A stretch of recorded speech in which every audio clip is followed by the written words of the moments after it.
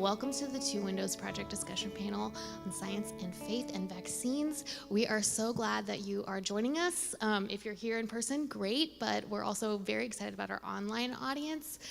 We will be taking your questions live tonight for our panelists. So you can text our info line there, you can see on the screen, or on the screen if you're watching online, or you can also just leave a comment in the YouTube chat or on our Facebook post on Facebook. We would love to have more feedback from everyone. We have a few questions that have come in from part one of our panel a week ago, and we're excited to get to some of those with a whole fresh new panel of faces. So thank you so much for being with us, being a part of this project. This was funded by federal grant money to try to help us as humans, as people of faith, wrap our minds around the pandemic. So we're so glad that you're with us tonight. Let me open in prayer, shall we? Creator God, you are big and you are awesome, and yet you see each one of us, and you're among us when we gather. Be with us as we hear from these beautiful humans who are doing good work in the world. Help us to ask good questions and listen for the answers and find where you are and where we are in all of this. We love you. Amen.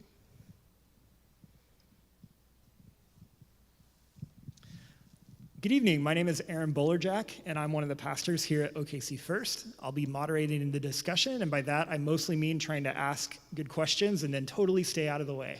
We have an excellent panel that bring a variety of perspectives and ideas and experience and areas of expertise to this conversation, and so I want to honor that.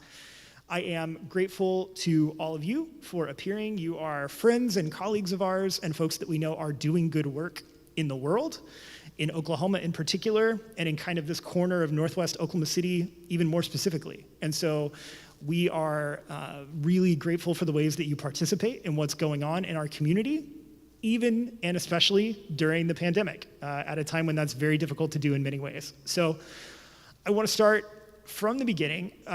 For most of our audience who are engaging online, they can find biographical information on our social media page. But for folks who are maybe hearing this for the first time or watching after the fact and don't want to go dig for that, we want to start off with really simple introductions. So starting with Dr. McMurtry, and then we'll just go down the tables. If you would, please tell us a little bit about who you are and your connection to Oklahoma. I was born and raised here. I got lost on a freeway. I've been here for 20 minutes. Like, anything is fine. We love you exactly the same amount. And even Adam, I'm from Kansas too, so I get it.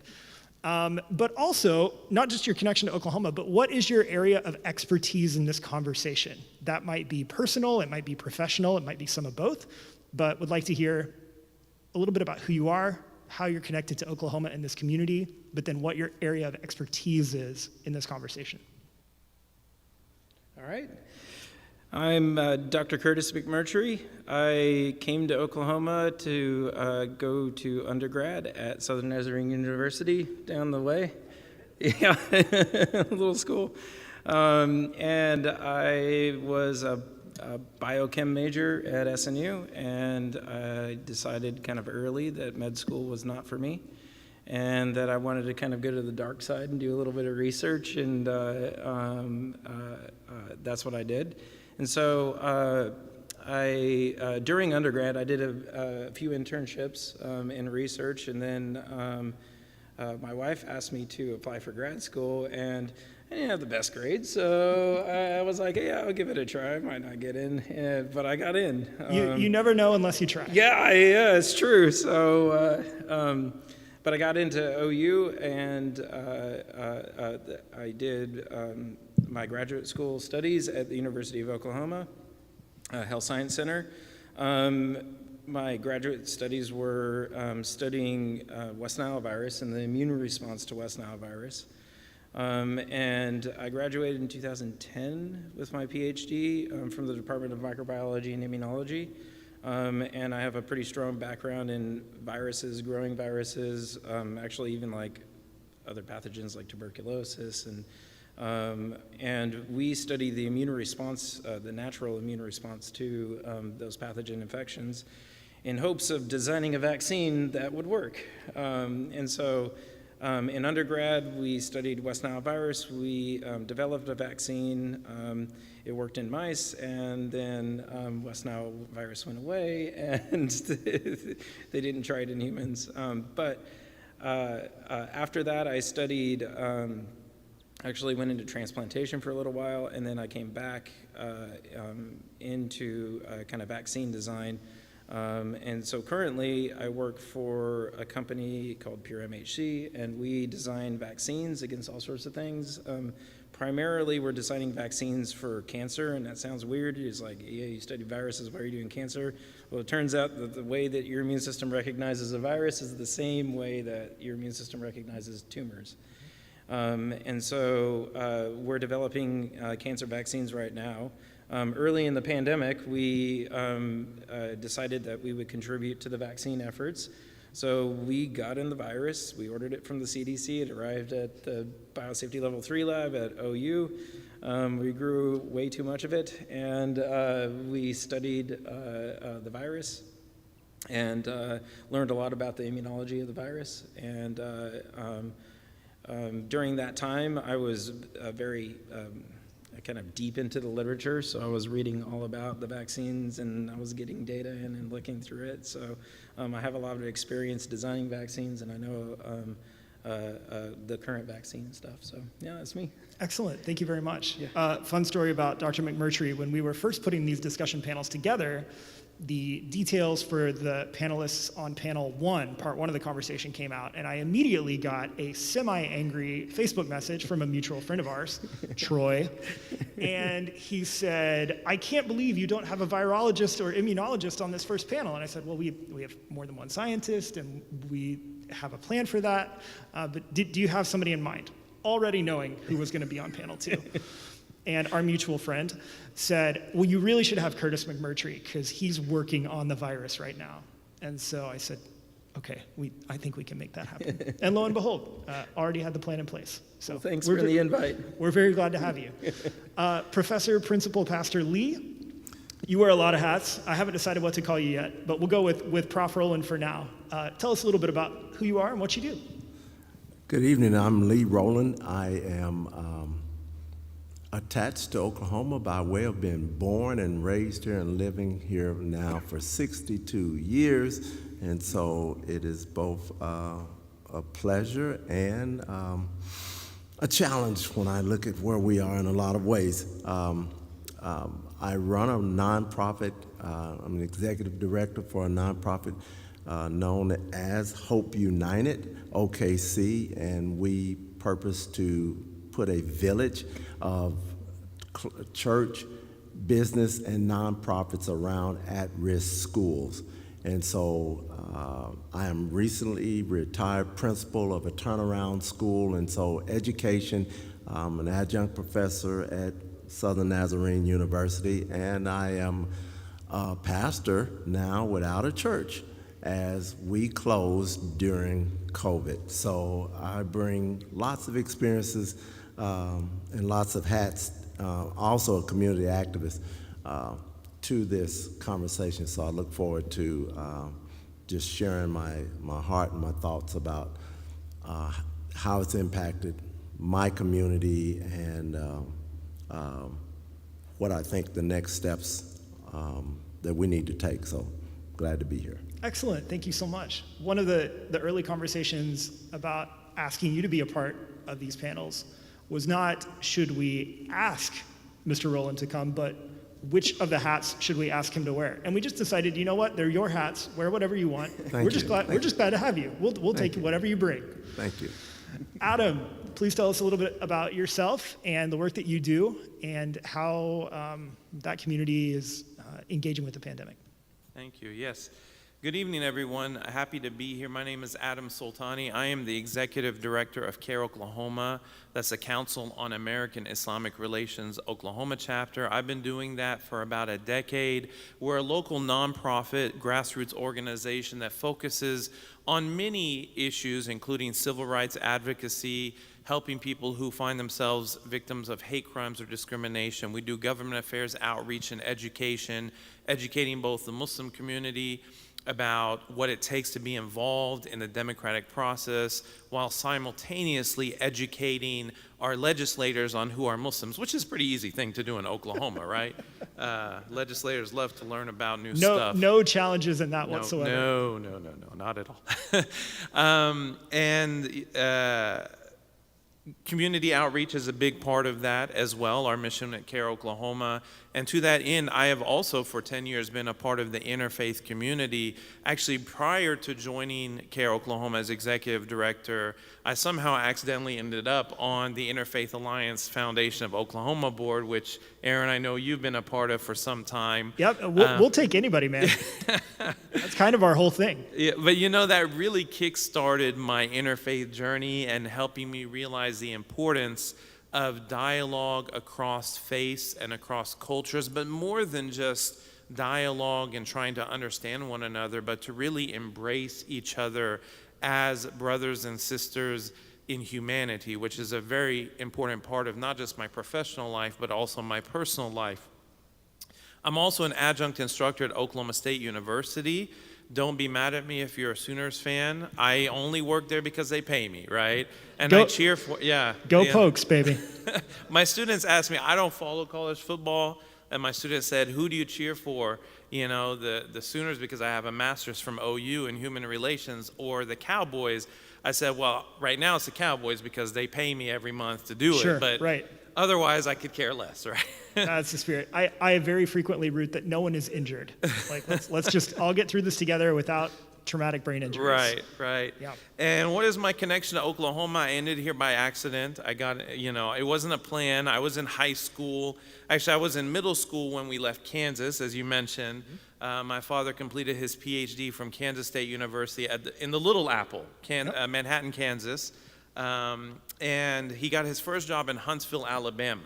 Now, my father is from Iran. He came before the Iranian Revolution in 1978. He landed at Kansas City International Airport, and his cousin drove him to Lawrence, Kansas. So that defined his entire understanding of the United States. And so Alabama was a big culture shock, right, for him, along with my mother, who's from Olathe, Kansas. So after taking that detour, my father got his next job at Langston University, where he's about to retire in August. He's been there for about 25 years now. And when he got that offer at Langston University, he sat us down as a family and said, well, what do you think? We said, well, it's closer to Kansas than we are now, so we'll go back, right? It's not quite Kansas, but it's close enough. And so I moved here and started 10th grade of high school at Edmond Santa Fe. So I'm a graduate of Edmond Santa Fe, UCO, and I mentioned OU, and now working at OSU. So who knows what's next on the agenda. But yeah, that's how I ended up here in Oklahoma. I married an Okie. My kids are born and raised here. And thanks to inflation and rising interest rates, I doubt I'll ever move away from Oklahoma, to be honest with you. I have found that most of the people I know who live in Oklahoma are here for the people or the low cost of living. There's other stuff too, but those seem I'll to be... take both. Yeah, right, I'll take exactly, both. yeah.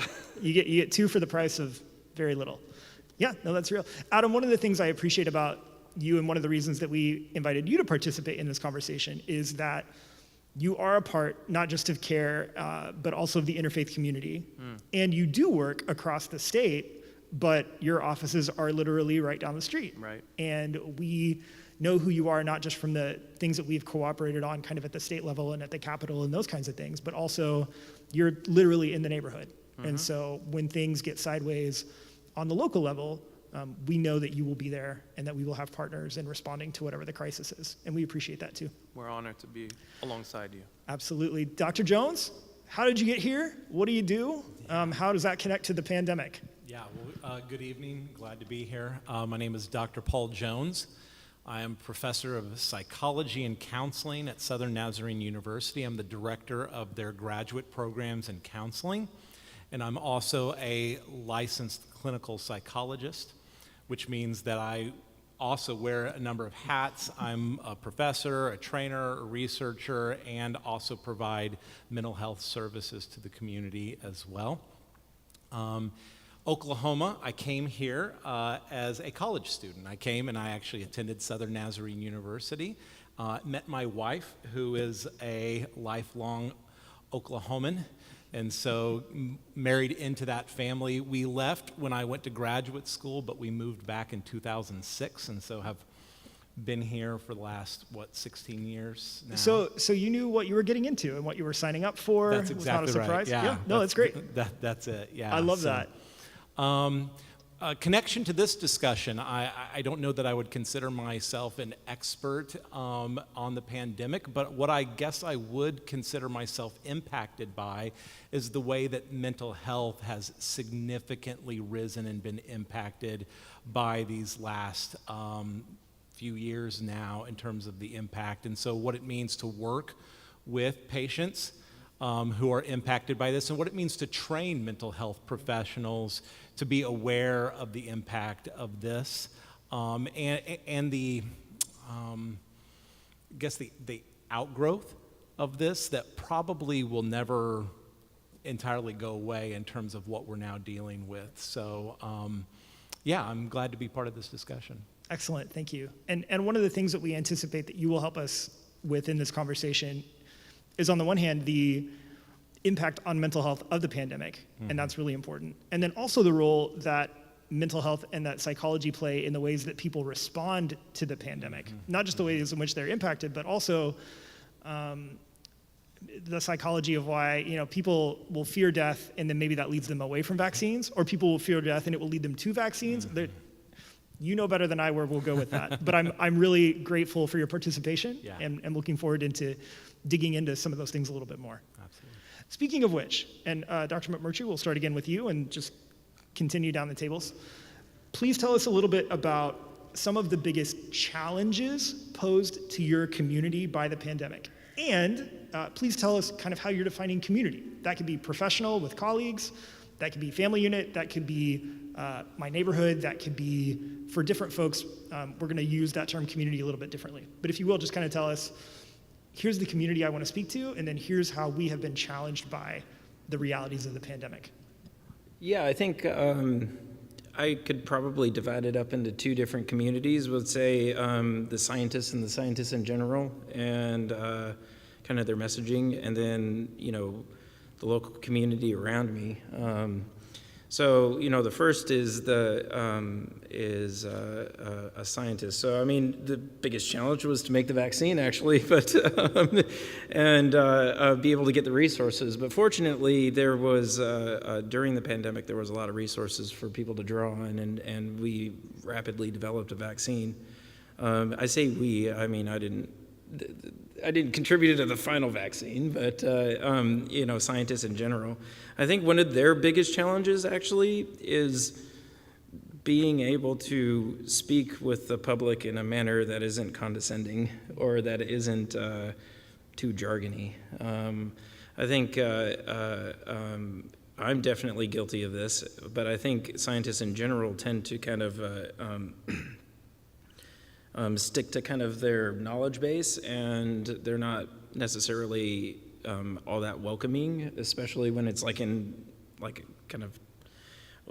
it's super obvious, like, hey, you should get the vaccine, this is super obvious. And I think when we encounter people that are like, no, we have a different opinion, it's like, get out of my face, like, what are you talking about? Like, they can be pretty hostile to people, and I think that is definitely the wrong way to go about it. So I think probably their biggest challenge, and even like the CDC and government agencies, the CDC in particular, I believe, have a very difficult time kind of, I don't know, being real to the public. It feels like they're fake, or it feels like that they have an agenda, and sometimes they do, and like they have a lot of the public eyes on them, but they I think they don't do a good job of I don't know, coming down to earth to people, and I think that's probably the best thing that they could possibly do. It sounds like you're almost describing kind of two sides of the same problem. Yeah. In that, if you're trying to communicate that kind of information that is that complex to people for whom this is probably a new conversation, if it's too proactive, you can seem kind of over the top and fake. But then if you're too reactive and responding to negative feedback, that can get kind of sideways also. Yeah, for sure. I mean, I don't claim to have a really the solution to the answer, but I think approaching people with humility is probably what we as scientists need to do. I mean, there are scientists out there doing good work, and there's a bunch of scientists who use their spare time on social media to help simplify things and bring things down to people. But I think that's part of the reason why a lot of people don't have a lot of respect for institutions, is because they felt maybe talking down to, and I think that's pretty easy for a scientist to do. It must be difficult to know how removed you need to be able to speak with scientific authority, but then Right. how far is too removed so as to feel kind of inauthentic or inaccessible. Right, yeah. And then, and I can sit in my armchair and kind of point fingers about the CDC and their policies, but, I think one thing that is kind of hard to admit, and this is probably nothing that you wanted to do at the CDC, but admit that you don't know the answer and say, we don't know yet. And they definitely don't do that. They have to be the expert, they have to know what it is. And that's why, sometimes they'll go back on things, because they don't communicate well that this, to the best of our knowledge, this is what you should do. They say, this is what you should do. And then people think that there's a high degree of certainty to that. And then they come back and they're like, no, just kidding. We have this other thing. And so I think explaining uncertainty and being, humble about the data and how it really exists, I think that is going to convince more people. And then this kind of relates actually to the second group, the second community, and that when I first started grad school, I knew I wanted to work with viruses, and I thought, you can't really work with viruses without also studying immunology, or you'll get so scared that you'll be like, whenever we were studying viruses, there wasn't a lot of funding or a lot of other researchers that were going into virology, because there wasn't a lot of pandemic, and there wasn't a lot of need for it, I guess. You don't think you need it until you need it. You don't think you need it until you need it. The fact that it's a surprise is kind of the problem. Yeah. And so I was like, well, I'm never going to study viruses again, so I'll move on to something else. And so then when the pandemic came out, I was like, oh, I know about this. And so, I think the people that were friends with me on social media or adjacent, and people in my neighborhood and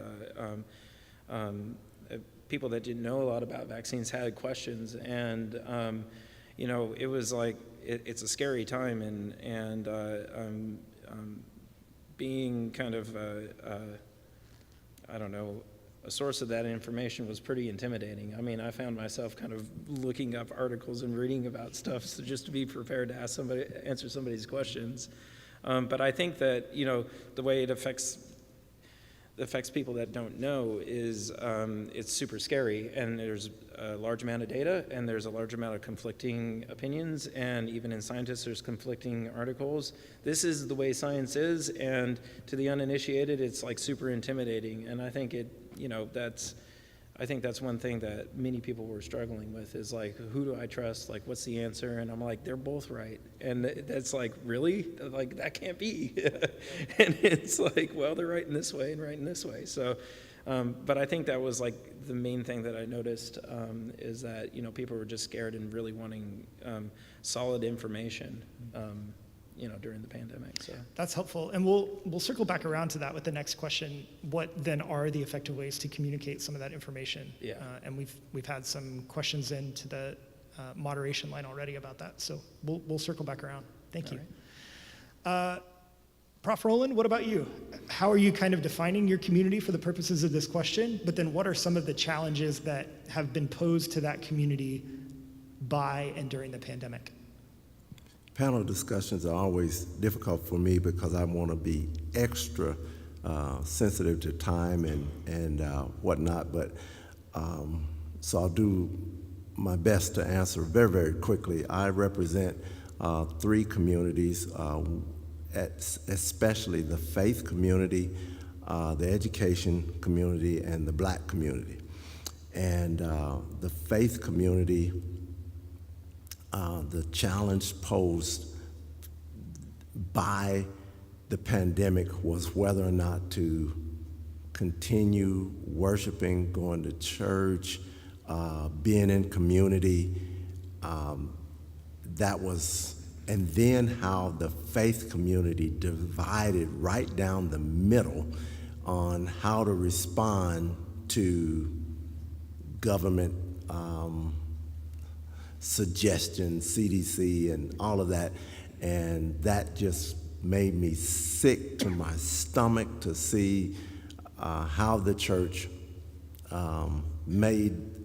allowed themselves to become a part of the political divide over vaccination. Made me sick, makes me sick still yet today.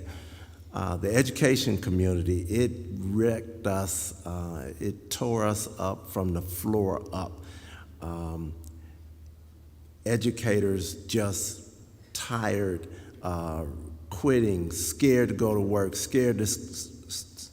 afraid to stay home, not knowing what to do. And so that quandary that they were in, and that throughout the process would go to school for a few days, we don't do viral, do virtual, it just wrecked us. The black community just got ripped to shreds.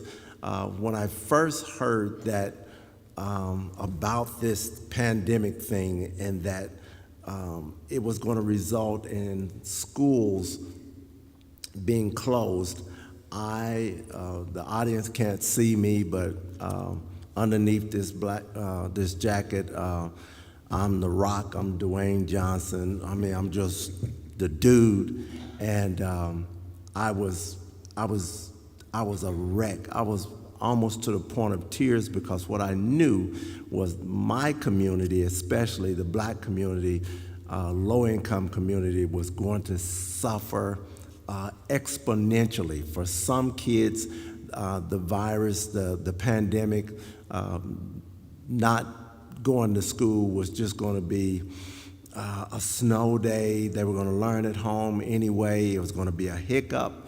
And then for the kids in my community especially, they were going to suffer tremendously, and so it was going to be a double whammy.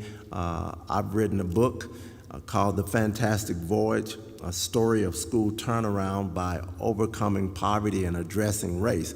And in that book, one of the things that I share is that research shows that a child that experiences 2 years of poor education is very unlikely to ever catch up.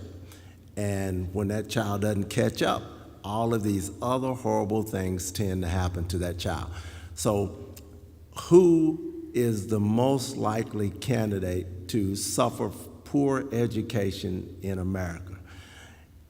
And now we're going to get this double whammy of staying home. And so these kids that were at home, whose parents did not have access to technology, did not have access to supervision for their kids and whatnot.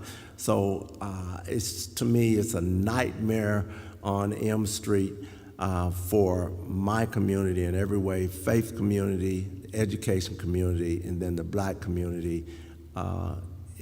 I think we'll look up 5, 10, 15 years from now and look and see what happened in between 2020 and 2022, and we'll see these horrible things going on, and we'll point back there, and people will be scratching their head, and they don't need to scratch their head. What happened? And the least were getting the least, and the church separated and divided and did not worship, was not in community. God made us, as a rule, we need people. And to my psychologist friend here, I know people from my community that need him. I want to go talk to him as soon as we get done, because I know people that could not find any help.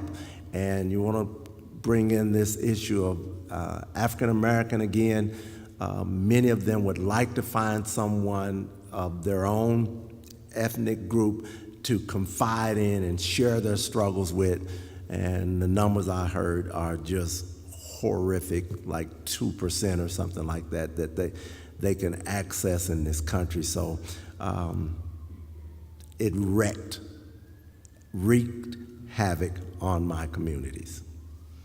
I appreciate that, thank you. And I appreciate the way that you've pointed to there are layers of difficulty and layers of trauma connected to folks' experience of the pandemic, and some of them are racial and ethnic, and some of them are economic, and some of them are educational, and some of them are vocational.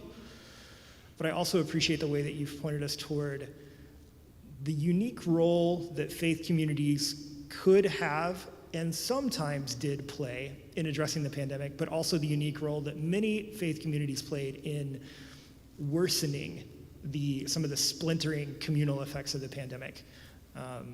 And again, just statistically, we can see that in many faith communities, particularly in Christian faith communities, those divides were deeper and more damaging, particularly with regard to vaccine hesitancy and responses to mandates and that sort of thing. Yeah. Oh, we will come back to it. Thank you, sir. That's important. Adam, tell us a little bit about your community, and tell us a little bit about some of the biggest challenges posed to your community during and by the pandemic. Sure, thank you. So, in order for you to understand the impact that the pandemic had on the Muslim community, you have to keep in mind that the mosque as an institution is a very central component of not just the weekly life of the Muslim community, but the daily life. Because Muslims pray 5 times a day, and the mosque is open 5 times a day. I think there's a good argument to be made that the mosque is probably the most used religious institution in the world, because 5 daily prayers, 365 days a year, that's over 1,800 times a year, not to mention your weekly congregational prayer on Friday afternoons, your Eid holidays, the holy month of Ramadan, in which there's additional prayers. So I became Muslim at the age of 17. I think I grew so accustomed to the idea that the mosque was just there and you could go pray any day, 5 times a day, that we took it for granted, And we were so used to that spiritual crutch, if you will, of having the weekly congregational prayer service that kind of was a spiritual booster, if you will, that... I see what you did there. Yeah, spiritual booster, yeah. I need to get that extra dose in. But, the thing is, you get so used to it, and then the middle of March 2020, when we had heard all these things happening, right? New York, it's growing out of control. They're shutting everything down. And here in Oklahoma, we thought, that's not going to happen to us. We just live amongst a bunch of cows and, flat land. But then all of a sudden, everything shut down. And so the spiritual impact and the realistic impact on this faith community was that what they were used to having was no more. And the requirement of attending the Friday prayer service is mandatory in the Islamic faith practice, and it's considered to be a sin if you actually do not attend. Therefore, imagine that all of a sudden you're being told that you cannot do this, and you cannot do this for your safety and the safety of your fellow man, right? And so Muslims were faced with these two, this kind of opposing thoughts and feelings. Like, on the one hand, our hearts are so attached to the mosque and to going to pray, and it's kind of like being able to take a break from the material world. But on the other hand, our scripture tells us that to take the life of an innocent person, the weight of that sin is as if you took the life of all humanity, right? So it's like you want to go because your heart is attached to something good, but then you don't want to go because you're told to protect other people's lives. What do, right? Of course, I think the good thing is that in our community, most people listened when our spiritual leadership said, we're going to have to do this. We're going to have to pivot to new ways of connecting with each other. When the different national organizations like the Islamic Society of North America, they came out with a fatwa, which is a legal ruling saying that no, for the sake of protecting the life of innocent people, you have to close your institutions. So that opened a whole new world for the Muslim community. Honestly, I think some people still have not recovered from that, because then for 2 years we got used to, well, I can just attend a sermon online, right? So why go back, right? Why go back to the mosque? And there are still people to this day who have not stepped foot in a mosque in more than 2 years because they're immunocompromised, because they're elderly, or because they still are just a little fearful. I mean, COVID is still out there, right? My brother and his wife and kids just came back from Disney and came back with COVID, I mean, these things are happening, but it's either we don't want to believe it or we just want to move on with life. I'm not sure what the case may be. A few other things. Besides the spiritual community, we have a lot of small business owners who immigrated to this country and really bootstrapped their way to having a very good life. But of course, when the economy shut down, what were they supposed to do? And here's something we found out. In minority communities, access to things like the PPP loan, like the Small Business Administration economic injury disaster loan, even the state, the Department of Commerce had some money they put out there and so on and so forth. Those things were not easily accessed by minority communities. Even we, as an organization, we're plugged into the Oklahoma Center for Nonprofits. We have connections everywhere. We had been around 14 years by the time the pandemic hit. And it took us 2 months to finally push that through with our bank, and then we decided to switch banks because we felt like our bank was not paying enough attention to the needs of minority communities, and we were guided by some friends to a new bank that actually did service us better.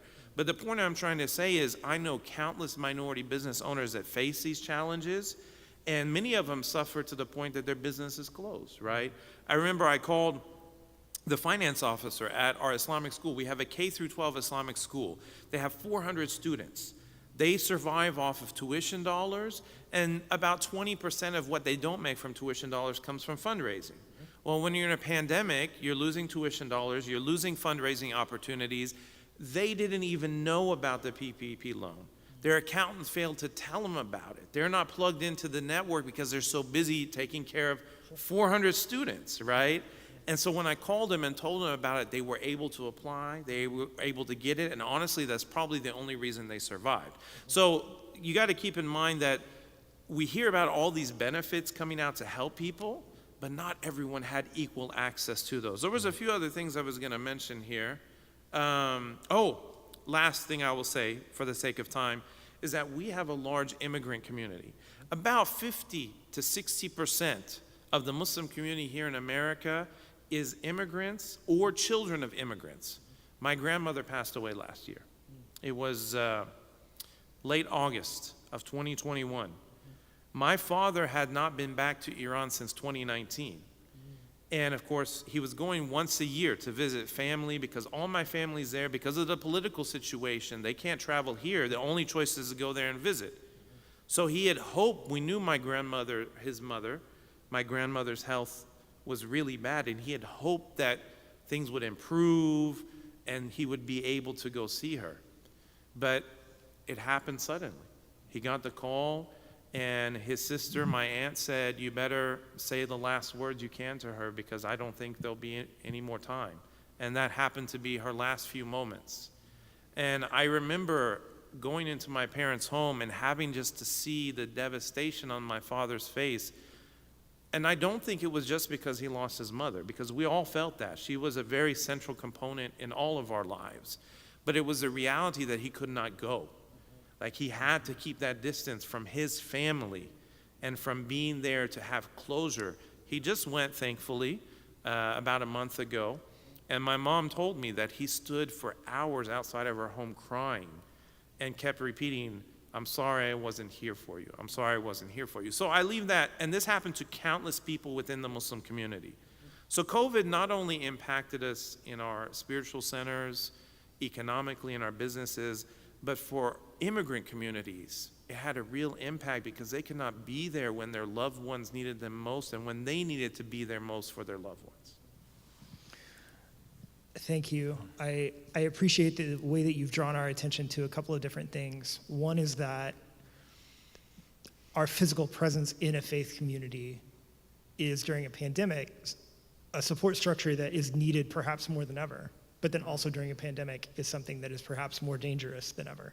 Yep. And so holding those things in tension is a difficult thing for anyone, particularly someone with a really strong faith and with a real affinity for that kind of gathering. That you might feel that pull more than ever, but then also, for epidemiological reasons, need to resist that pull more than ever. But also, I hear and I echo what you've said about the idea of aid only being, the availability of aid is only as good as the accessibility of aid. And that's true for historically marginalized communities, communities of color, minority faith communities, folks for whom English is not their native language, folks who do not have an accountant. There are levels and levels of accessibility to be navigated there, and that's something we need to keep in front of us as well. Thank you. Dr. Jones, tell us a little bit about how you're defining community, but then also what are some problems that have been posed to that community in the pandemic and by the pandemic? Yeah. I suppose by community, I guess the thing that I would talk about in as much as I can is just the general population in terms of those who need and must access mental health services, which could be anybody at any particular time. In terms of the impact, I don't think I'm saying anything that most of us don't know. The first thing that I would talk about is the impact of isolation, which we've already been having lots of conversation about, right? If anything that the pandemic has highlighted that I think is important for us to continue to focus on is just how necessary people are to one another, right? And I want to actually take this a next step and say it's not just relationship in general, but it's embodied, connected, spatial relationship that is so important to us as human beings. And to have that suddenly taken away, I don't think that the reverb of that impact will continue for quite some time. We'll only be learning about what all that impact has had, the domino effect of that. But here we are in this time of isolation, and perhaps the impact of the isolation is meaning that we need more connectedness, and something like therapy and counseling would be a means to that. And then all of a sudden, we can't see our patients anymore, right? Now, there's this, one wonderful thing called Zoom, and I'm putting that in quotes because any of you who are educators know that there is both the good and the bad that comes with this thing. And there are some significant benefits of being able to use technology to reach out and make connections during a time, and so I'm very grateful for that. But I'm going to just say this here, and there might be some people who disagree with me and don't like what I'm going to say here, but Zoom therapy or online therapy is about as much of a substitute for therapy as Zoom church and online church. And for those that think that Zoom church is okay, well, we can have a different ecclesiological conversation. But therapy and counseling is an embodied, spatially engaged practice. And to view your client or your patient through a screen is, this is going to be an interesting phrase, but it is essentially an autistic way of relating.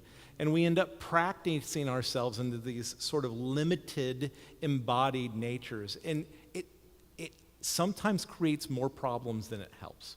Okay, so that's just the first thing that I would sort of talk about. Before we go further, I know you're using this word in a clinical way, and so I want you to have the opportunity to sort of define or unpack it clinically. When you say it is an autistic way of interacting with each other, can you extrapolate that a little bit? Yeah, it's missing significant pieces of relational experience between two persons, right?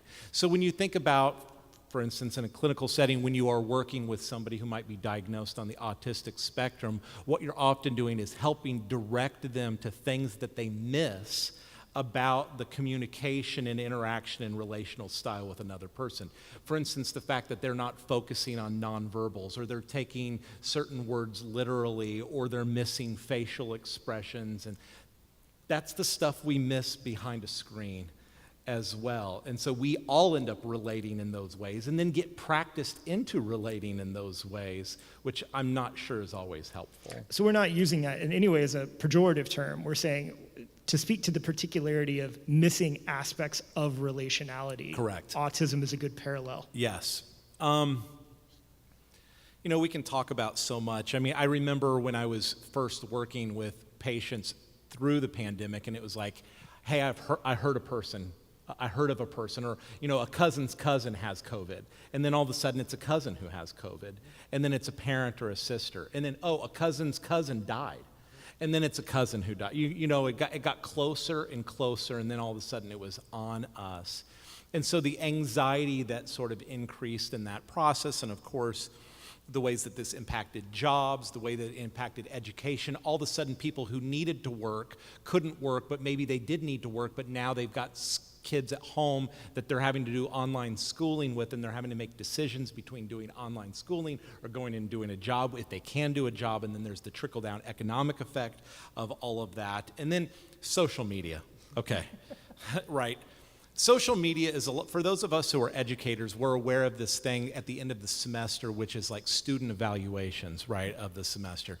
Student evaluations are worthless, but one thing that we do know is that there's two people who are going to say something on a student evaluation. It's the person who's really happy and excited, there's fewer of those, and the people who have something really negative to say and complain about. There's a very unique polarity Yeah, to right. student The reviews. Yes. meaty middle, they don't have a whole lot to say. Well, social media works this way as well. We only post happy things or we post complaints. And so what we end up getting is an echo chamber, particularly of negativity during a time in which we're all experiencing negativity. And where is that negativity sort of coming from? There's two things that I would focus on. First is anxiety isn't always a conscious process. Sometimes we experience anxiety tangibly, and I can say, I am anxious. But it's not always that way. Sometimes anxiety permeates our sort of physical being and our mental, it sort of takes up mental energy, even outside of our awareness. And during the pandemic, what's ended up happening is people have just carried a constant level of anxiety that's just sort of like there, and it's like background noise all the time. And the level of psychological and mental fatigue and exhaustion has just buried people. I don't know about you, but I've never had a time where by the end of semesters teaching or after a time of working with clients where I was just like, oh my gosh, I don't know that I could do more days. And it was more than normal, right? It's absolutely more than normal, and my clients were experiencing it. And here's the thing, they didn't know why. After a while, the pandemic sort of got normalized, right? It's just like, what? Like, I figured out how to navigate this, but yet something was just wrong all the time. And so that would be the first thing. The other thing I want to talk about, and you brought this up, and I think it's really important, is the impact of what we might call death anxiety, right? Is that we as human beings are this really interesting species where we are aware of our own potential demise. And so we carry anxiety around all the time, knowing that we aren't all going to live forever. For the most part, we can kind of put that on the back burner.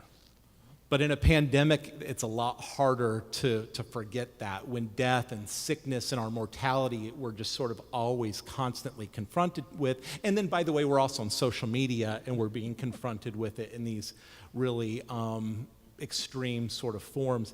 What happens when we experience death anxiety is, to find comfort in it, we usually tend to look for certainty in uncertainty, which, by the way, this goes back to what Dr. McMurtry was talking about with the CDC and the ways that they sort of come across as certain when there's uncertainty. We know why that is you're not allowed to be uncertain during a pandemic. I mean, you should be, because that's truthful and honest. But people don't want uncertainty. They want certainty because that appeases the anxiety that they're experiencing. So people are going to go to that which is certain, which means that they're going to double down, particularly on ideologies that support any particular worldview of way of seeing the world that's going to buffer against their feelings of mortality or death anxiety, right? The result of this is that it creates a lot of polarity, right?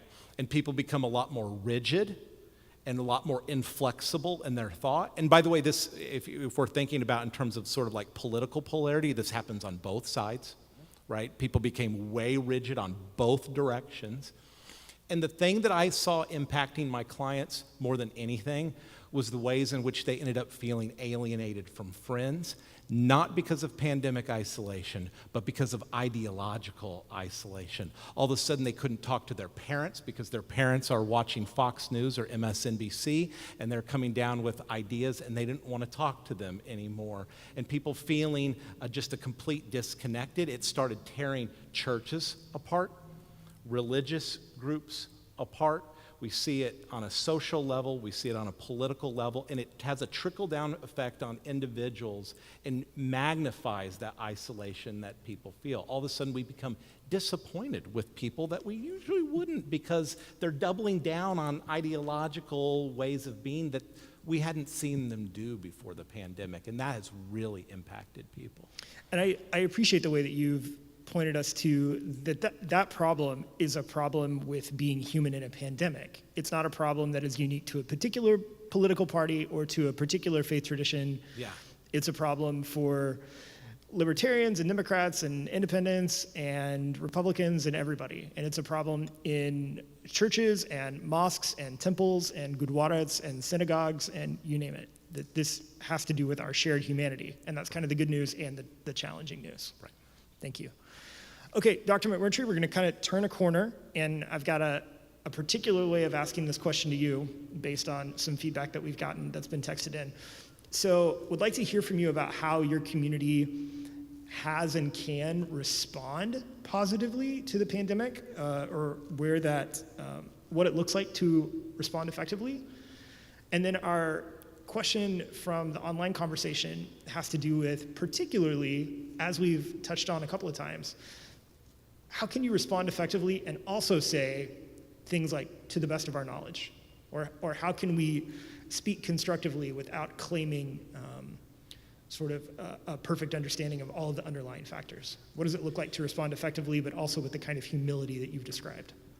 Yeah, I mean, I think probably the best is being able to relate with people who don't understand in the depth that you know. And understanding that when you were first learning, it was very difficult for you to understand what this is, and having somebody who has no experience in this stuff, and then you come at them sideways with some data, and they're like, I don't know what this means. Why are you telling me this? But I have been watching cable news for 6 months. Yeah, right, exactly. Right. You know, and I think, like, you know, you were talking about, like, Zoom. The same thing happened in, like, science meetings. No one wanted to go to these virtual science meetings because they weren't hanging out with their friends. They weren't talking with people. They weren't having, like, the conversations in the coffee shops or whatever. And so, you know, I think really the first step is to kind of get off your high horse and be able to relate with people you are human too. You're also in their situation. You are dealing with their anxiety and all of the, I mean, everyone does. And being able to convey why maybe you're not scared, or maybe why this is a good decision and this is not a good decision, and like listen to people, because people will like, look, I think a lot of scientists will think that, you know, maybe people aren't as smart as they actually are. People are super smart. They just don't know what you're talking about. And I think given, you know, given time and given like, you know, non-threatening conversations, you know, also I think for at least me, for like, the fear, anxiety, like, maybe this is snooty, but I really never experienced any of that. And it's because I knew a lot about the virus, I knew a lot about the immune system, and I knew how this was going to go. And like early on, there was a lot of uncertainty, but as the information came in, I became less and less anxious about it. And that's because, like, I think that the gaining information on this allows you to come up with a solution, and the solution, and if you know it works, then you can, I don't know, kind of put the mind at ease. And so, I was kind of in a lucky spot that I knew a lot about it, and I could easily go and read the data, and I could understand it, but I can't even imagine what it's like to be like having no clue and getting information from all sorts of sources, like legitimate scientists saying opposite things, and people aren't used to that. But I think just being down to earth, and if people ask me a question and I legitimately don't know the answer, I'll tell you I don't know the answer. Like if we don't know the answer yet, I think it's fine to say we don't know yet, but we're working on it. This is what we think is going on. And like, I think people respond pretty well to that kind of thing. It's like, okay, well, you don't, well, it's certainly not going to decrease your anxiety for sure. Saying, I'm a scientist, I should know, and I don't know. I think I'm working on it, and I'll talk with you again in 2 weeks' time or something like that. But I don't know. I think that is a much better way to communicate science to people. I think another thing is we tend to think in numbers and statistics, and we're kind of cold about it. It's like, you'll say, okay, well, it only caused severe COVID in 1% of the kids. You're like, well, that's a lot of kids if it's 1 million. And so I think, doing things where scientists will tend to kind of, say, oh yeah, that's worth it. They think of it as a population or like a herd of cattle. They're not thinking about people. They certainly aren't thinking about economic impacts and impacts on like social situations, like meeting together and communing together. They say, oh, that's disposable.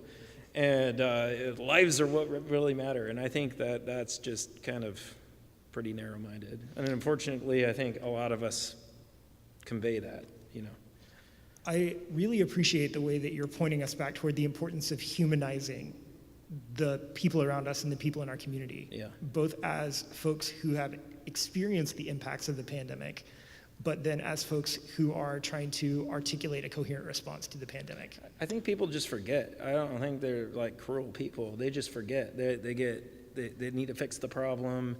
Okay, this is the optimal way of doing things, and they don't necessarily consider, any of the unexpected consequences or whatever.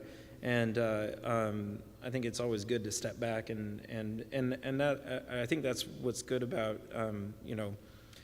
one of the, I think, maybe good things about social media is you can read it and just understand what people are trying to say. And if they're being super hostile, you could be like, hey, tell me what you really think. Why are you so scared? Like, I might be able to help you, maybe I won't. And so, being able to approach people like that, I think, is probably, it's upon the scientists, really. We've made a vaccine, and we forget that we need to sell it and that it shouldn't come at all costs, right? And like even some of the restrictions that they put in were basically a knee-jerk reaction. I think no one had any idea what to do. They were like, we got to do something. Maybe you really, To the best of our knowledge. Yeah, to the best of our knowledge. But it didn't, there was some, they took it too far. When new data came in, they didn't change their mind. And so, I think that, just, I don't know, kind of having an open conversation about the science and where it's at is probably better. I think that's true. And I think it points us back to what Professors Roland and Soltani, Adam's a professor too, have highlighted with regard to the importance of availability and accessibility. Yeah. For months, especially at the beginning of the pandemic, that data and information was not readily accessible. Yeah. But then even when it became available, to whom it was available and the way in which it was articulated, and good information sources as opposed to mediocre or even deliberately sort of misinforming information streams became a problem. And so I think you're right to say, on the one hand, recognizing the humanity of the other is incredibly important. Yeah. And on the other hand, having information and everyone having the same information and being able to access it in the same kinds of ways, those are not the same. And so that's part of the ongoing challenge as well. Yeah. Great. Sure. Thank you very much. Prof. Roland, what about you? How would you speak to, or how would you point out ways that, hey, our community has responded effectively? And it could be any or all the communities that you've mentioned, but what has effective response to the pandemic look like?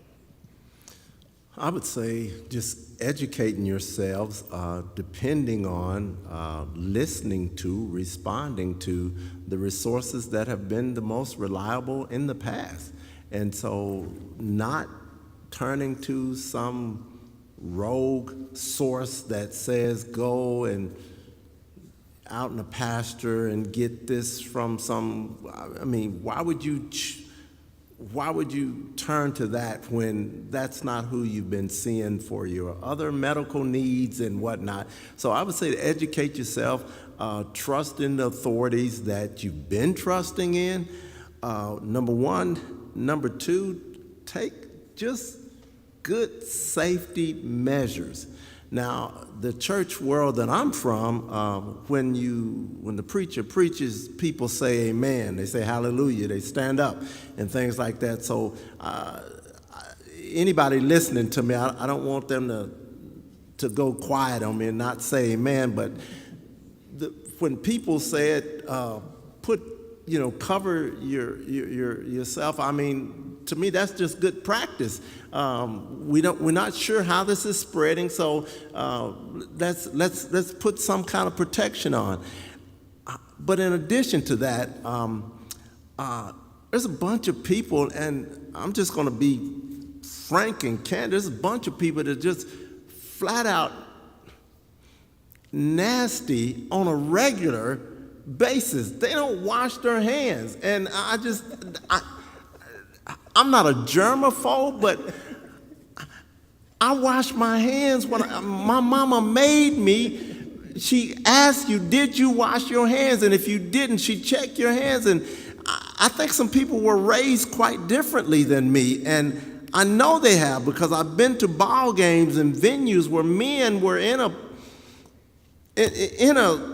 stall and just came straight up. I don't understand that. And so we spread things just being, excuse me, stupid. And I could say that in the church that I'm from, but I know I got here, so I'll just say maybe being unwise. That's good. I like that. The last thing I would say is really just kind of avoiding ignorance. And again, it was played out in the church where we had people that were responsible. They called themselves shepherds, and they were responsible for the sheep, and they were being irresponsible with the way that they were charging and encouraging people. I wanted to be, as a pastor, I wanted to be very, very prudent and wise and protective of my flock. I didn't want to make people feel guilty for not coming to church or for being careful and things like that. And I think I saw some people, I don't do social media, but people tell me what's on social media, and they told me that some men were in pulpits saying some pretty ignorant things, and consequently people were getting ill due to their ignorance. But also, when I talk about another community that I'm from, I saw some real recklessness. And as they wanted to gather together to have a good time, we all like to have a good time, but they got reckless. And so just just trying to sidestep ignorance, use good best practices that grandma, I hope, told you about, and then educating yourself. It's not that hard, and like Dr. McMurtry said, as the scientists and the experts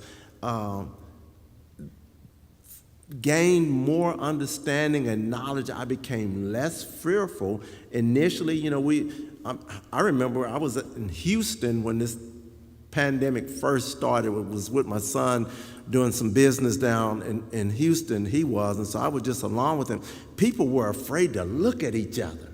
I'm like, seriously, dude? I mean, we were scared, they said, don't touch a surface you get a package, don't touch it for 2 days, and I don't know how you wash a cardboard package, or I don't know what you were supposed to do, but as we've gained more knowledge and more understanding, then my fears were lessened substantially as I listened to experts.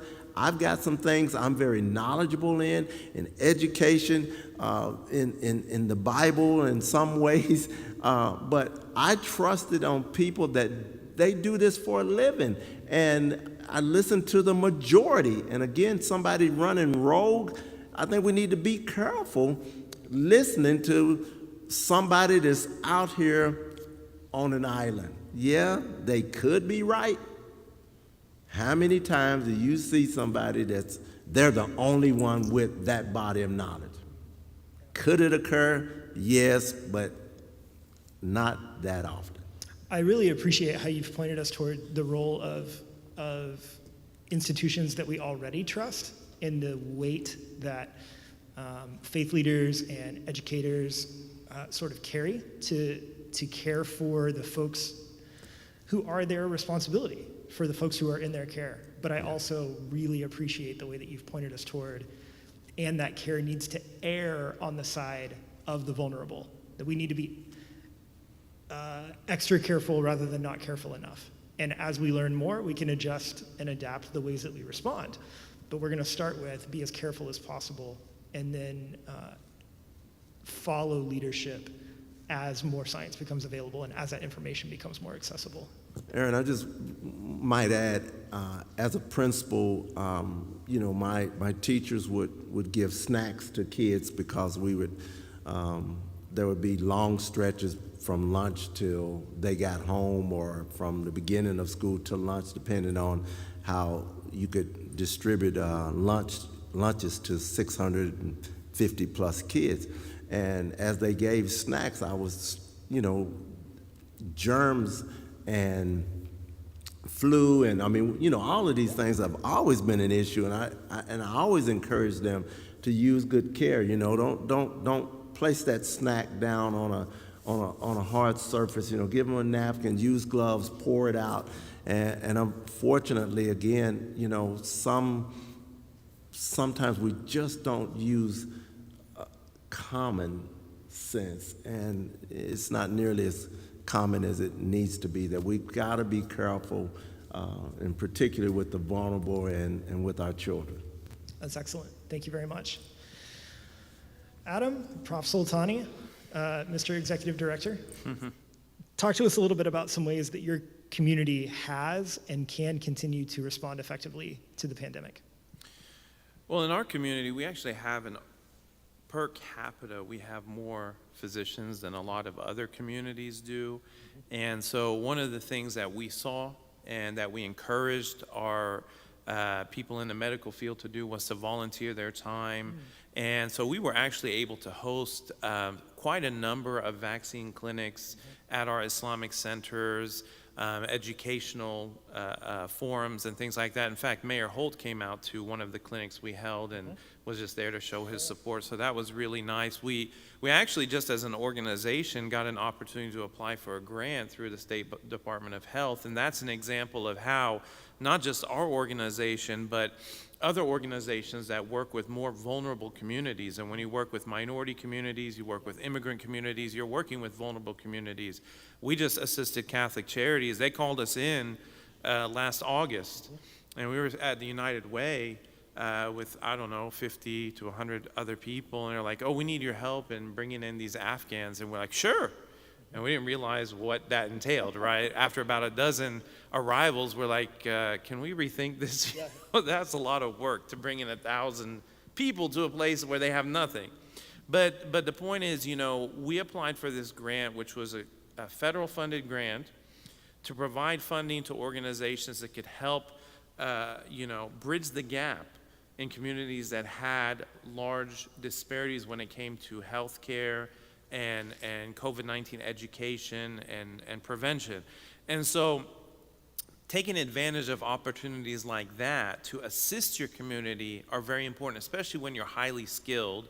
And one thing our community is highly skilled. And then I'm just gonna say one thing that I think it is derived from one of our faith principles, and I'm just going to leave it at that because adding to what these two gentlemen said, there's not much else I really think I can say. But, one of the sayings of the Prophet Muhammad is that you will not enter paradise until you believe, and you will not believe until you love one another. And the beautiful thing about this saying is that it's that vague. It doesn't say love each other in faith. It doesn't say love a specific group of people. It is literally pointing to this general love that we should have for our fellow human beings. Because in the Islamic perspective, being part of the Abrahamic traditions, we draw the lineage of our faith through Christianity and Judaism back to Abraham, but even further than that, all the way back to the first man and woman who are believed to be the mother and father of humanity, Adam and Eve. So if you believe that from a faith perspective, and you're being told this by your prophet that you respect, love, and revere, then you should follow that. So that's one thing that I constantly reminded myself and my faith community, that even if you feel some inclination to go against what our imam, our spiritual leaders are saying, what the epidemiologists are saying, and so on and so forth, and you want to go and have, your cultural weddings, or you miss going to the mosque during Ramadan, or you want to travel overseas and see your family, but remember that to love one another and to show that love through action is actually one of the greatest ideals in our faith, and that is the way to attain to salvation. So I leave it at that, and that's something that I think we can all probably reflect upon and learn from. Certainly. That idea that our faith traditions share this important emphasis on not just love for the other, but then embodying that love for the other. And we've gotten several questions asking about how faith communities in particular can respond effectively. And I love that idea of, number one, embodied love. And number two, lean into your strengths. Do the things that you're good at. I know church communities like the one that Dr. Jones is a part of that have a strong educational base. And they've got folks who are teachers and staff and administrators and professors. And so they're going to do teaching during the pandemic, and they're going to help kind of explain things. The way that you've talked, Adam, about your faith community and the medical profession. And we're going to show up and do our jobs, and we're also going to volunteer and do our jobs more in the community as a response. I think that's really beautiful. Thank you. Dr. Jones, speaking of, what are some ways that your community has and can respond effectively to the pandemic? I'm going to say Zoom therapy sessions probably better than no therapy sessions. Correct. But surely there is more. There is. I think the first thing that I would say is I do believe that we are seeing an increase in awareness of need for mental health and a decrease in the stigmatization of mental health. It's not where it needs to be, but I think we're seeing some movement there. And interestingly enough, I think the pandemic has contributed to that, right? Like as there's been an increasing awareness of what people are needing through this process, there's become more support for that. That being said, mental health resources, as we've stated before, are only as effective as their availability. There are a lot of complex factors that play into the availability of mental health resources. And I would say that the two biggest factors that play into that are economic and political, and those probably go hand in hand, two sides of the same coin. But people may not realize this. U.S. News and World Report recently, they always do this to sort of like, I guess, direct people into educational spheres that might provide them earnings, but they will yearly tell you, like, what's the annual salary of these particular professions. And of all professions that require a master's degree or longer or more in terms of education, counseling or psychotherapy is the lowest paying profession in the United States for master's degree or higher in terms of education. That makes it very difficult to promote and get people to want to be a part of it. I mean, essentially it becomes a vocation of calling, right? Now, of course, I'm guessing that Christian higher education wasn't part of that list, or we would see something else at the bottom. But Sure. but it's hard to attract good people to want to become counselors. I mean, you have to really want to do that. But then, mental health is a complex thing. Community mental health, resources that pay for community mental health don't just come from patients, but it comes from state funding and federal funding. And Oklahoma ranks towards the bottom in terms of contributions towards mental health. What we can do better is we can vote better. If we elect the right officials who prioritize the mental health of our people and our communities, then they will legislate in ways that fund more. And we have to be willing to allow our money to go in those directions. It becomes really easy for people who go into mental health to set up shop in more affluent areas because they have student loans and they want to make a good living. And the places in our communities that need us the most, it's harder to provide access to people in those areas because the funding is not there to do that. And so I guess in general, what I would say is if we want to make things better, we need to vote well and be willing to open our hearts and wallets to making those more accessible resources for people. That's really important. I appreciate that. The connection between accessibility and economics, but then also economics and politics, and where the funding is more available. And that is zip code by zip code and school district by school district. And it doesn't have to be that way. But it is that way for many people, particularly, not exclusively, but particularly in the state of Oklahoma. That's helpful. Thank you. Well, gentlemen, in the interest of time, I'm going to sort of combine these last two questions that we've previously discussed. And so, Dr. Jones, you've spoken a lot about resources, and I want to piggyback on that. And we'll begin with Dr. McMurtry and again, kind of go down the line. But would like to hear, and folks at home keeping track, this is a good time to hit the pause button and get ready to take notes, or if you're here in person, if you want to scribble something down. Would love to hear from each of you in your areas of expertise. If there are specific resources that you would point people toward, if they would like to learn more, not just about the vaccine in particular, but about this conversation in general, the idea of how the science works or how the faith works, or maybe how the faith and science work together. But if there are particular resources, could be a podcast, journal article, it could be a book, it could be anything. You're in charge, you're the experts. But if there are specific resources that you would point people toward, and then also, kind of as a tagline, what gives you personally hope for the future of this conversation about faith and science, even as, God willing, one day this pandemic comes to an end? But what gives you hope between now and then? So what resources, where would you point folks? But then also, what gives you hope personally for the future of this conversation?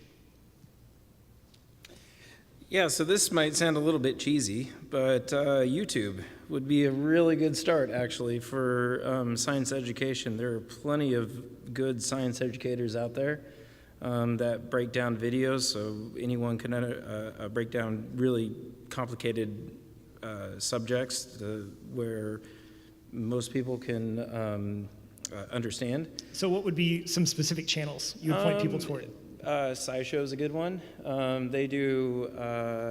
There's a podcast with a virologist, if you have the appetite for it, called TWIV. Can you literally just go ahead and spell those first two out? Yeah, it's SciShow, SCISHOW,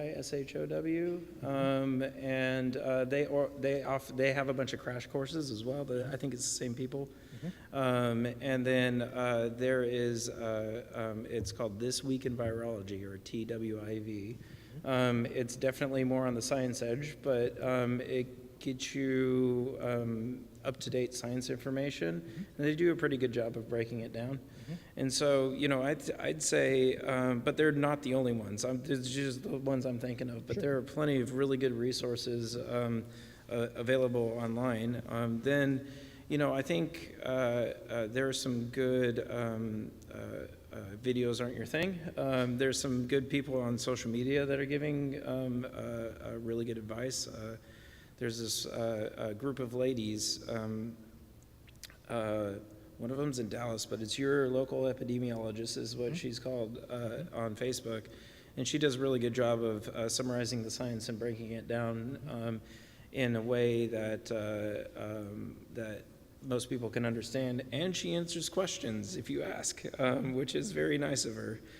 She spends a lot of time doing that. And so, I would say those are the kind of resources that I would point people towards if they want to learn more about science in general or about the virus or vaccines. And generally speaking, you will know that what you're watching is reputable if those people are providing you information and saying, hey, at the end, I'm going to cite where this information is coming from. Oh, yeah, for or sure. up front, here are the reports that are going to back up the experiment we're doing together, that sort of thing. Yeah, citations are really important on these videos. They will either put the citations in the description or they'll talk about them. And I definitely encourage everyone, there are also some shady videos out there where people will put citations, and when you click on the citations, it's not even the thing that they were talking about. So click on the citation. I want to clearly enunciate shady. SHADY, Yeah. shady videos.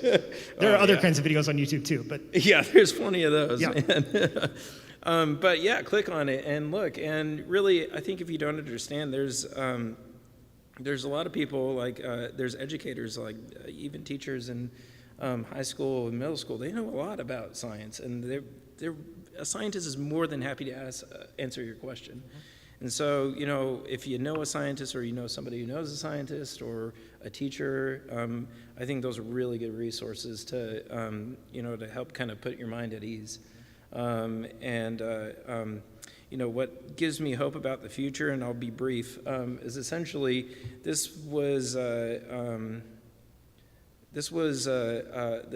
current pandemic taught us a lot of things, and fortunately, during the pandemic, there was a lot of funding to study the virus. There still is a lot of funding to study the virus, probably too much funding at this point, but for this virus.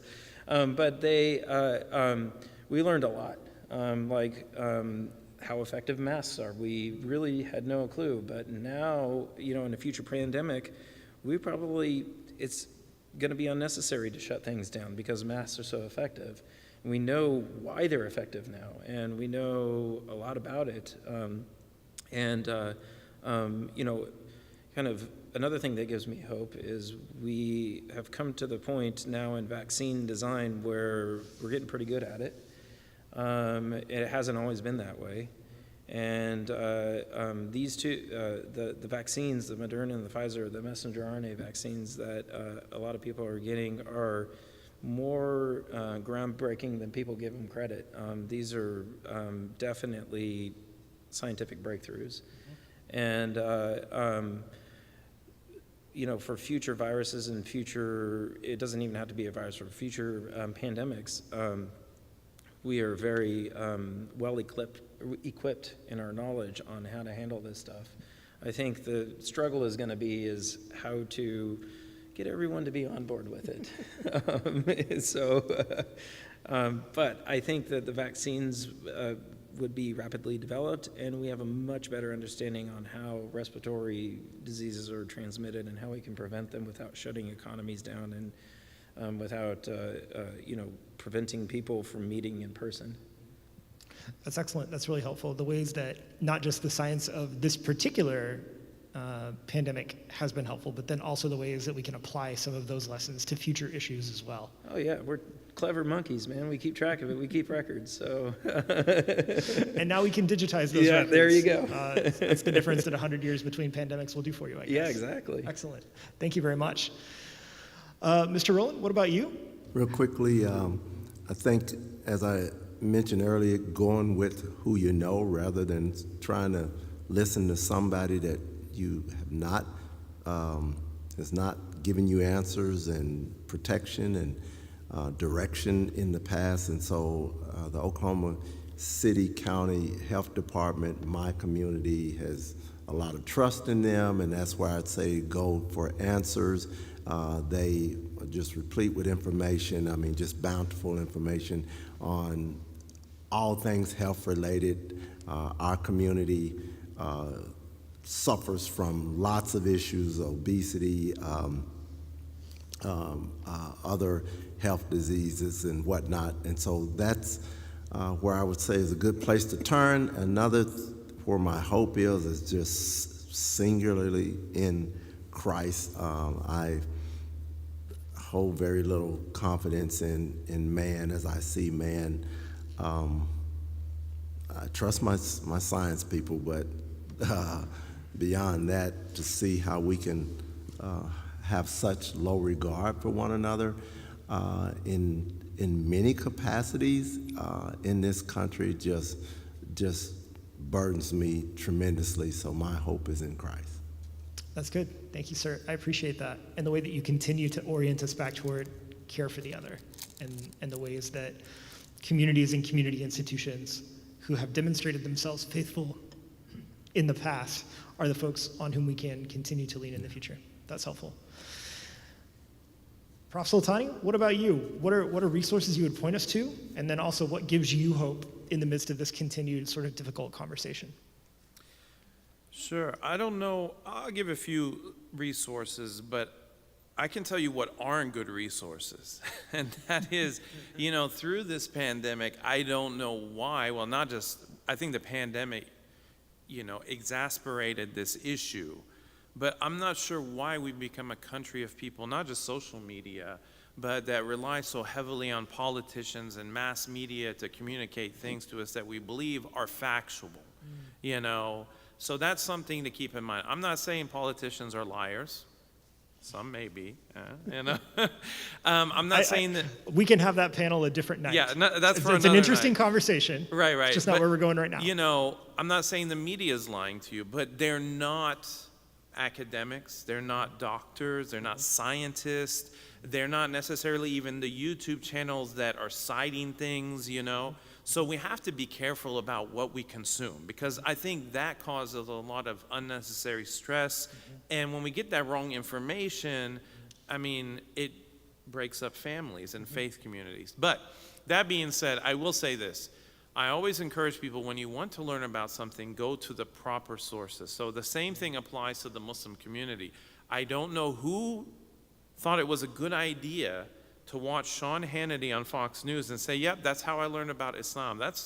Come on, he's not an expert, or Bill O'Reilly or any of these people. So I'll just give one name, Abdul El-Sayed, Abdul, Abdul El-Sayed, El-Sayed. He is an epidemiologist. He's Muslim. I believe he's Egyptian originally, lives in the Detroit area, and he actually ran for governor of Michigan in 2018. And I've been following him a lot. I actually met him in Washington, D.C. a few years ago before the pandemic. Been following him a lot on social media, and he's actually been on CNN and some of the other networks talking about these issues. And so it's very important to me to see someone from our faith community who's very involved on a grassroots level, that also has this expertise that can speak to multiple levels of challenges and opportunities to work together to overcome this pandemic. What gives me hope? Two things. One, my children. in this nonprofit work, it's very stressful. Working in communities and in nonprofits is very difficult, long days, long nights. Everyone wants your attention. But I always go home to my children, and especially my youngest, I had to work from home today because he woke up, he wasn't feeling his best. So I said, it's okay, just stay home, don't go to your summer program.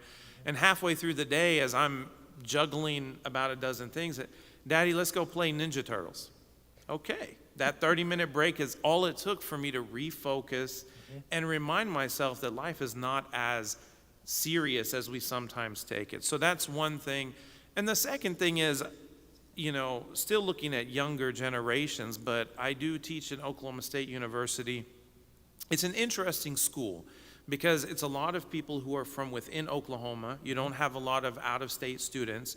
You have a lot of students that come from rural areas. I mean, I have an enormous amount of students that come from the Panhandle.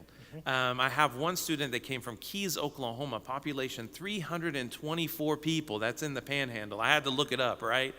But to see the way that they can transform their thinking when they come into an Intro to World Religions course, where they may have been exposed to one religion, or even if one religion, just a very narrow perspective of that religion, and to see them grow and blossom and learn about other cultures and ways of life and eager to learn about even more. And I take them because the campus of Oklahoma State University has a mosque on it. It's one of the few in the whole country that actually has a mosque on campus. That's a long story. I'll tell you another time.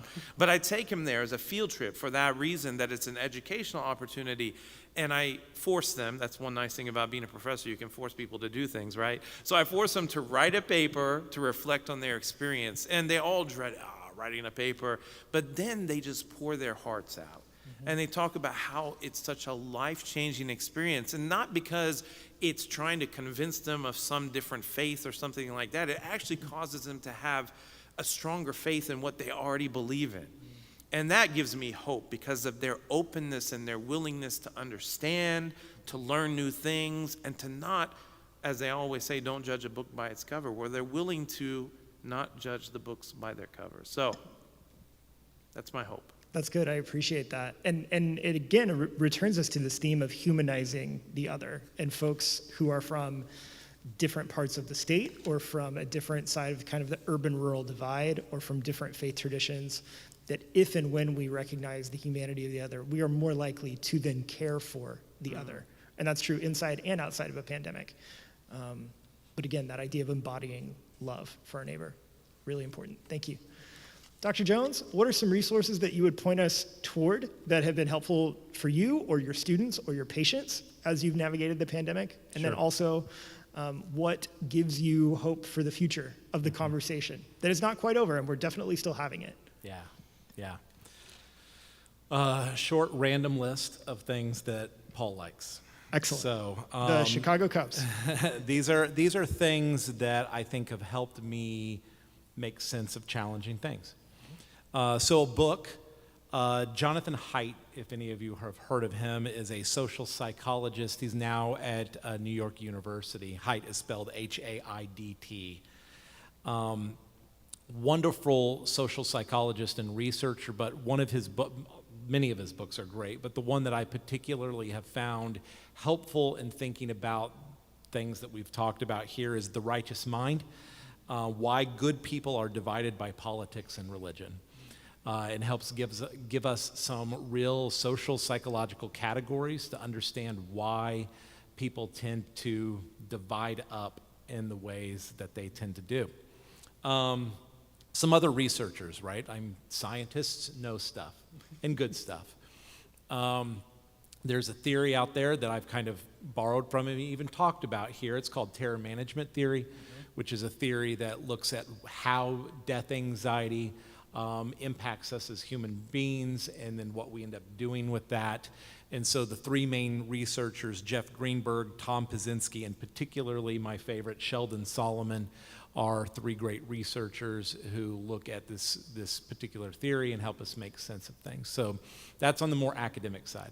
On the fun and more entertainment side, a couple podcasts that have been highlights for me during this pandemic. One is 1619, and the other one is called This Land. And the reason why I believe that podcasts like this are so important is it opens our minds to the ways in which systems are constantly present, sometimes invisible, although it depends on to whom it might be invisible, but are working to make things more challenging and difficult for persons of color, persons of lower socioeconomic status, indigenous people, and the ways in which we need to become aware and push ourselves outside of our comfort zones to begin to challenge these systems that are oppressive and limit people's capacity to attain the resources that they need, which ties into what my hope is. The fact that things like this exist, and the fact that I have students, college students, some of whom are your college students as well, they give me hope. Because they are willing to see the world in new ways, in adventurous ways, and take on the challenges and not be satisfied, and go out and do courageous things. And I'm proud of them for that. So, That's excellent. Thank you so much. Folks, this has been part 2 of our conversation about vaccination and science and faith. Thank you very much. We are so grateful for your ideas and your experience and your expertise that you shared with us. Thank you so much.